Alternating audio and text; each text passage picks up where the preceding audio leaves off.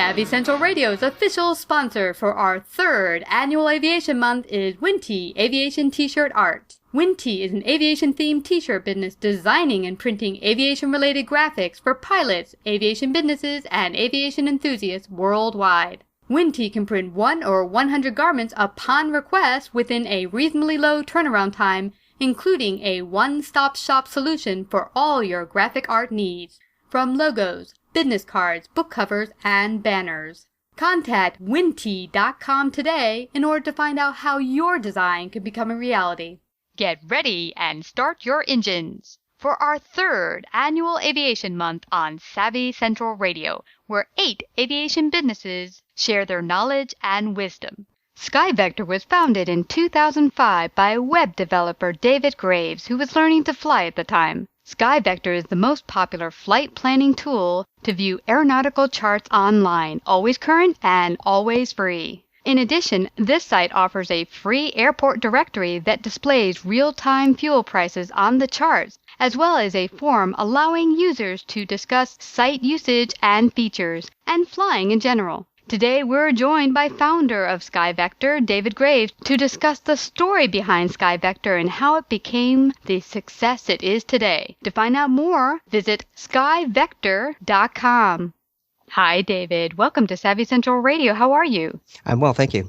I'm really excited to have you join our third annual Aviation Month, and I love SkyVector. We use it often for our long cross countries, and a lot of pilots out there don't do huge cross countries, but me and my boyfriend have a goal to hit all 50 states in the United States, and we've hit 31 of them, and a good portion of them using your SkyVector as an awesome tool. So explain for our audience a little bit who might not be aware of what SkyVector is all about and how it came to be. Okay, well, first I just got to say it sounds like you and your boyfriend are having a lot of fun, and it sounds like a great goal to set for yourself, and a lot of fun to do it. SkyVector is probably best described as Google Maps for pilots. That was sort of the inspiration when I was in ground school. This was back in probably 2004. We were learning how to basically navigate, and they had us pull out sectional charts and pull out our plotters and draw lines and measure on the map. And I was thinking to myself, there's got to be a more advanced and more internet way of doing this. Google Maps had just launched and sort of revolutionized the idea of a draggable map.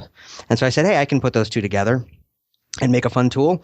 And it was just sort of done as a hobby. I shared it with some friends and put it online and put up, a little bit of you can sign up very easily for Google AdSense and start making a little bit of money to pay for server bills and things like that. But it was never a real serious business.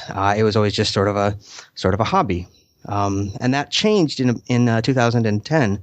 When I was contacted by AirInc, and AirInc, you may know, is a company established way back in the 1930s even, and they specialize in radio communications solutions for aviation, and they have a very advanced business aviation flight planning service. It is a website, it's an app. It also includes a dispatch center that's staffed 24/7, with dispatchers who can plan your flight for you if you're, on the go in a hurry, arrange for overflight permits if you're, traveling internationally, and really do a lot of, sort of concierge services, similar to what an airline would have at its back office to support the pilot. They do this for business aviation, because the flight department may be just a couple of airplanes and a handful of pilots. So they contacted me and said, hey, we like your stuff. Can we do business together? And, when I heard sort of what they were asking for, it was actually quite a lot. They wanted a very sophisticated integration, and I sort of said to them, this is a lot of work you're asking for, and I have a job. I don't have time to do this, and so they were interested in building a partnership, and so they made it possible for me to make SkyVector my full-time job, and really add a lot of neat features back to the website as a result of that partnership. And it really has been a very good and fruitful partnership. They've helped me with worldwide data, and I've been able to create the worldwide IFR, VFR maps that we share on SkyVector. And so it's been a really great collaboration. And a whole lot of fun too. I mean, I get to work every day doing what I love to do. What I was doing, just as a hobby, now I can do it and pay my bills by it, and so it's a lot of fun. Wow, I love that because a lot of our listening audience at one point or another had their business originally as a hobby, something they did after work, and then it eventually turned into a full-time job. Live ATC, one of our past guests, Dave Pascal, I'm sure you know him.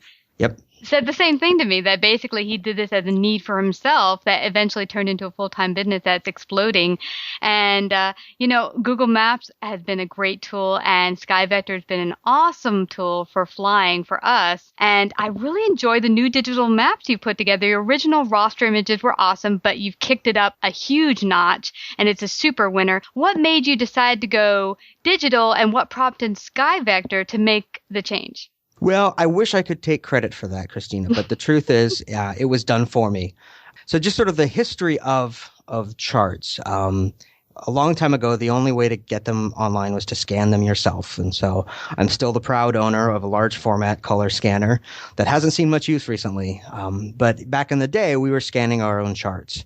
And then very early on, the FAA started doing the same thing. So they started publishing a DVD of their scanned charts. So they were having a professional scanning, service scan the charts, georeference them, and then publish them as GeoTIFFs. So, and they did that first with the sectionals, and then later they started publishing the IFR charts also digitally. Those were done very differently, though. Those were done in an all digital process. They were able to take the output of their cartographic systems, what they used to send to the printer, those digital files, they were able to make PDFs and GeoTIFFs out of them. And so, that was really exciting. This happened, I'm going to say in 2009, maybe, when we stopped having to scan the en route charts, and we got those digitally as well.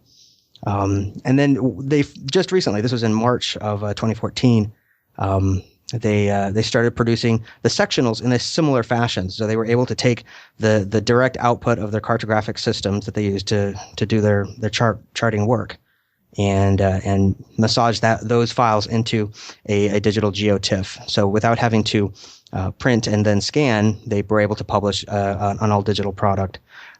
So it happened kind of overnight. We did get a little bit of notice. They sent out a sample chart in December of 2013. And they said, hey, here's what's coming. Get ready for it. And we got ready for it. And then in March, we got a DVD that was just full of all of these beautiful charts. And the neat thing about them is they increased the resolution. So previously, they were scanned at 200 dots per inch, but these digital files are at the equivalent of 300 dots per inch. And so our resolution pushed to stop further. And the colors are consistent. You end up with hardly noticeable seam lines when we stitch together adjacent sectionals. Yeah, it just blew my mind. The newer versions were like you could reach in the screen and take it out and start using it as if it's a real chart. It's amazing. I can't believe you guys actually had to scan them in the past. They were actually scanned copies. Yeah, so the sectionals were the first thing that the FAA produced digitally. But we were still scanning the helicopter charts, and we were scanning the IFR charts. And the Grand Canyon chart too. That's kind of an odd one.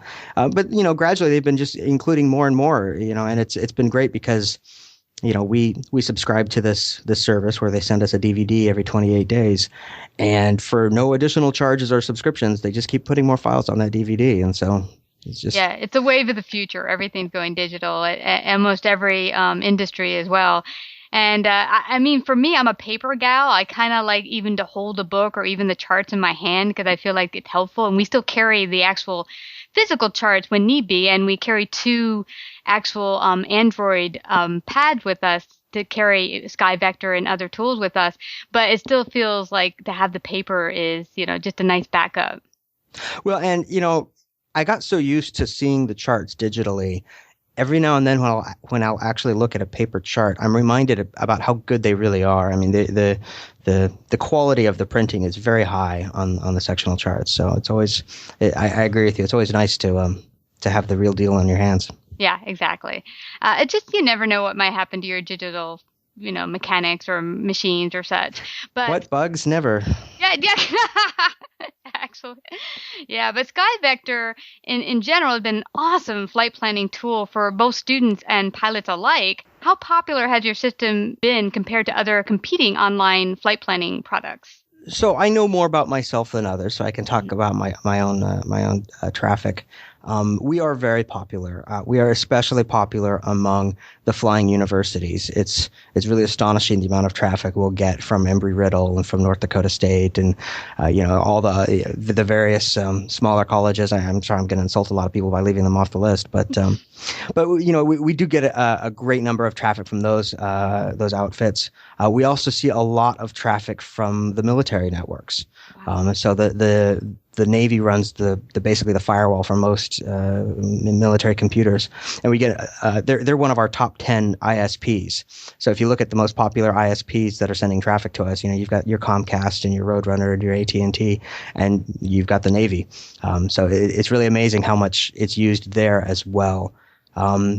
You can look at Alexa or other web metrics. Places that'll sort of compare sites. I think Google Trends is a good one to sort of see in relative terms who's big, is A bigger than B, and we compare favorably to almost everybody. Mm-hmm. That's good and bad. There used to be more competition in this space, and a lot of that has gone away, and we're sad to see them go because I think we kept each other honest, and we kept each other sort of in this little features race, and we kept putting out good applications, and we don't like being the last man standing, so we're always excited when someone else enters the space and shows us some innovation and some neat features, because we don't want to be the only game in town by any means. Yeah, I like that you mentioned that. We had someone on just before you, Abingdon Chelsea Welch, and she said just that. I don't want to be the only female watch company. I want competition, baby, because it makes me fresh and new, and it keeps me going. And it's true. It really does, yeah. Yeah, small businesses even get even better when you've got that competition up your butt to, propel you forward. Yeah, it's motivating, but also, I think it lends credibility to your own business. If you're the only one in town doing something, people sort of look at you like, what is he doing? Uh-huh. But when you're joined by some real honest competition, then people take notice and they're like, wow, this is a real market here. This is a real company. Yeah, absolutely. And I used to notice at the bottom of the screen of SkyVector, I used to say these charts cannot be used for navigational purposes. It was a disclaimer. But I noticed I don't see that anymore. And the SkyVector charts look identical to the FAA NACO charts and procedures and such and products. Is it the same? Can you use it legally for navigation or not? So that's a very good question, and it's going to take a lot of explaining to sort of give you my opinion on this matter. First of all, when we made the change to the worldwide product, we did a few things. We took away the ability to print, mostly because we didn't have a technical solution for it, but also because we were concerned about the very big difference between making a flight plan using the FAA's imagery as your chart versus making a flight plan using our own imagery that we've created from data in our own processes. And so that level of sort of, it's a very different level of risk. Whether the pilot understands that fully is a complicated question. But so where we are at the moment is we don't allow you to print, so we're expecting that this is not being used in the cockpit, that this is for pre-flight planning only. And we also have, this is just a point of business order is that we do have an aviation products liability policy, so that if the unthinkable would happen, not that we would be able to afford to pay an outrageous claim, but we could probably afford to defend ourselves in a court if it came to that. And I should hope not. I mean, because really, there's a number of tools out there, and if you use them responsibly, along with all of the paper charts and such, I mean, you can really make sure that that never happens. But what concerns me sometimes, and tell me if you've seen this, David, is I've gone into my flight school and I see people just come in. I don't know if they're doing a huge amount of flight planning at home, but it seems to me like a lot of the flight tools out there are not being used consistently by GA pilots. Like they kind of just come into the airport, get the keys, and go out to the airplane and barely pre-flight before they jump in and fly away. And that's a little scary. It is a little scary, but I think pilots are hopefully good judges of risk, Yeah. and hopefully that they can, if they're flying somewhere they've flown before, I hope they've checked NOTAMs to make sure the runway they're planning on landing at is still open. But for the most part, it's they're flying VFR in a plane that they know well and to a location they know quite well as well. But let's talk about the regs, because I think the most important regulation here is 91.103, which says that a pilot before a flight should be familiar with all appropriate information or all relevant information.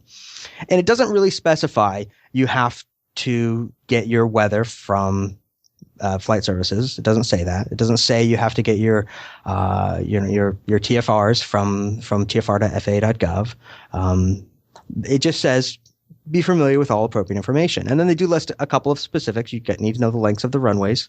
And for certain aircraft types, you need to know your aircraft's landing and takeoff requirements. And they just sort of leave it at that. And then it's up to the pilot to decide, where he gets his weather, what he uses to do flight planning.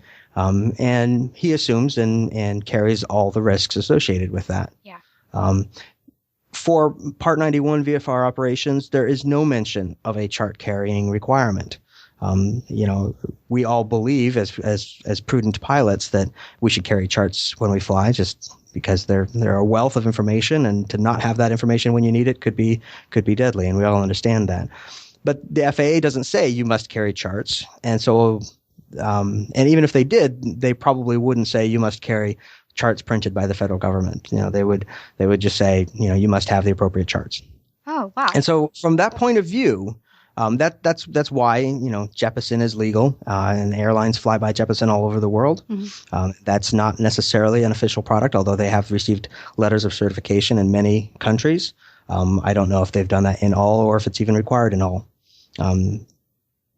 So from a provider's point of view, the charts are an excellent pre-flight planning tool, and we hope people use them for that. We don't support in-flight use of the charts yet, and we can get into that later when we start talking about our future mobile plans. But for the moment, we're happy providing the service, in its form, where you're allowed to study and view weather products and be notified of TFRs and all the rest while you're on the ground. And what you do in the air, that's your own judgment of your own risk, and we're not going to get involved in that yet.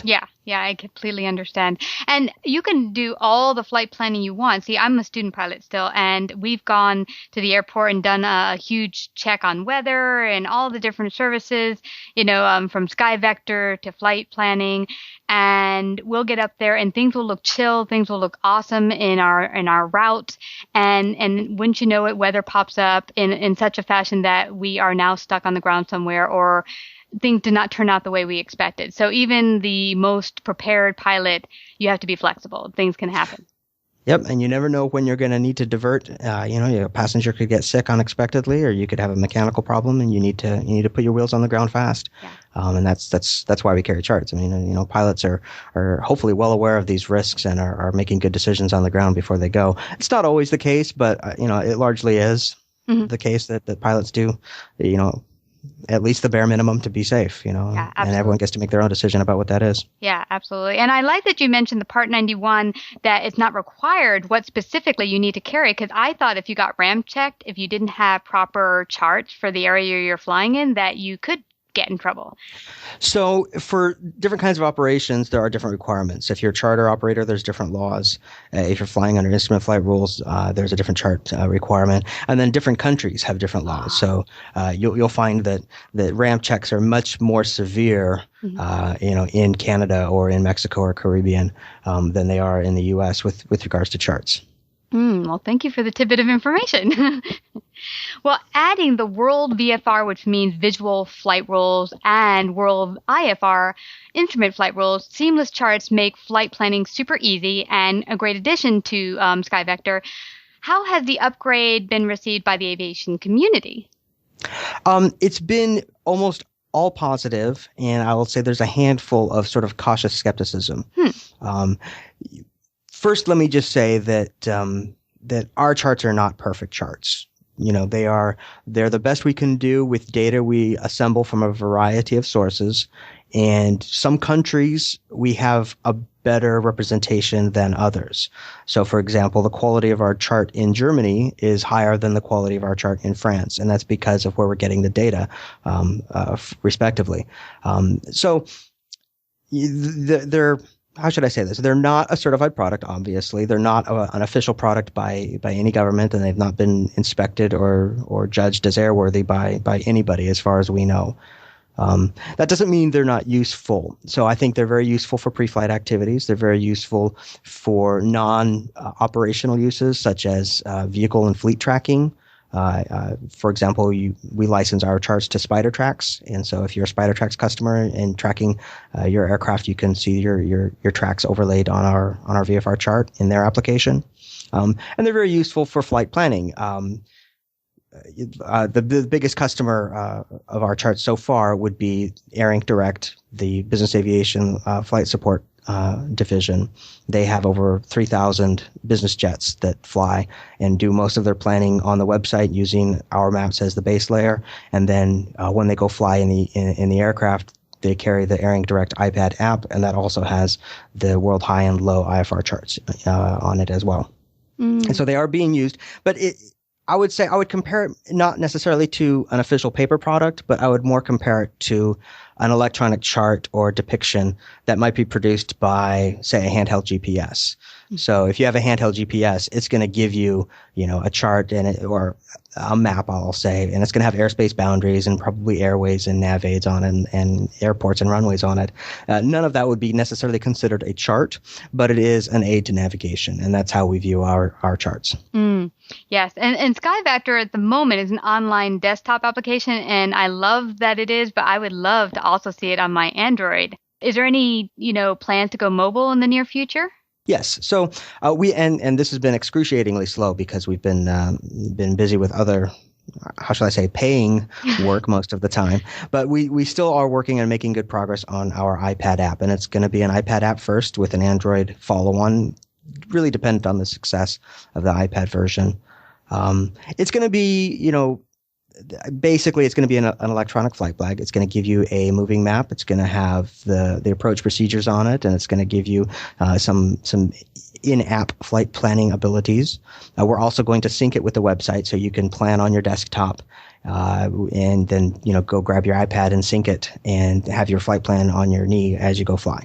And so that's going to be really exciting, and we think there's going to be a lot of potential business opportunities there, especially overseas where there is no ForeFlight, where there aren't, the well-established and fantastic applications that American pilots enjoy. Wow, I'm looking forward to it. Yeah, we are too. It's gonna be great. But sadly, it's very slow progress. We don't have a lot of resources, and it's also sort of a back burner project for us. We're kept busy by our great clients, and when we have free time, which is not often, we work on our own projects, but we'll get there. Yeah, I know you will. And I noticed, though, that most of the flight planning tools that are for mobile devices are generally for Apple and not for Android. Is it just that Apple products are just a lot more likable, that people gear towards that more than Android? So it's a very interesting question. I had the very first version 1 iPad. Mm-hmm. It's still in my office somewhere. I haven't turned it on in a long time because it's quite outdated.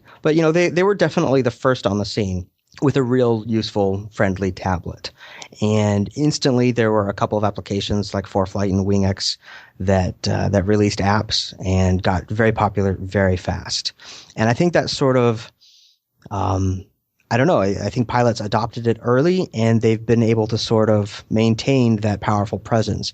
If you go to Oshkosh and walk around, you'll find many booths selling all sorts of iPad accessories, mounts, backup batteries, external screens, GPS and ADS-B receivers. And there really is a very, I would say, healthy business ecosystem for aviation on the iPad that is not quite there yet for Android. The difficulty, of course, with Android as compared to iOS from a developer's point of view is the difference in everybody's hardware. You never really know how big their screen is, what the shape of their screen is. whether or not they have accelerometers, whether or not they have GPS.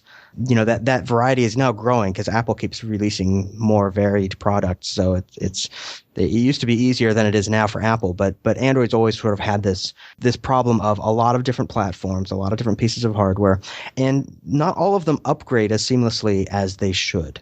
So, for example, I have a really old Android tablet that's stuck on Android 2.3, and there's no way to get it forward on any more modern operating system. It's gonna die on Android 2.3, and I think that's the case for a lot of the old Android tablets. The newer ones by the big name companies, they're very well supported, and we expect that they'll continue to get OS upgrades as they come out.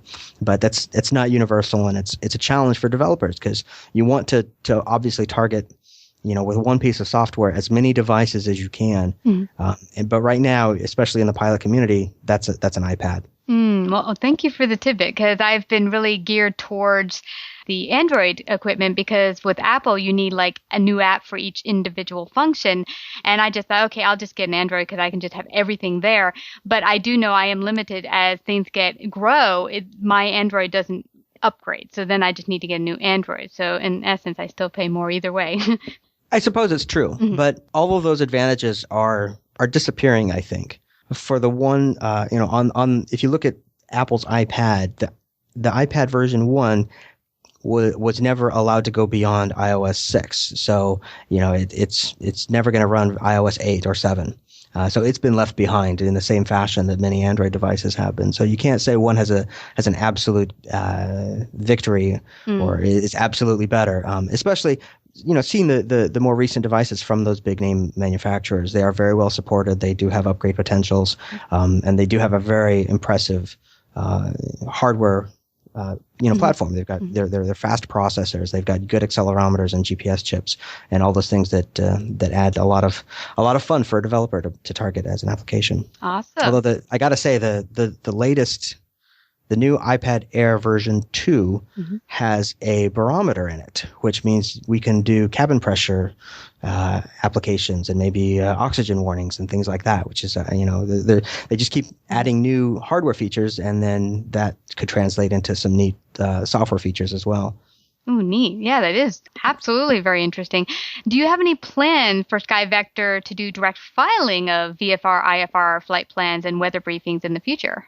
Yes, this is going to be coming very soon.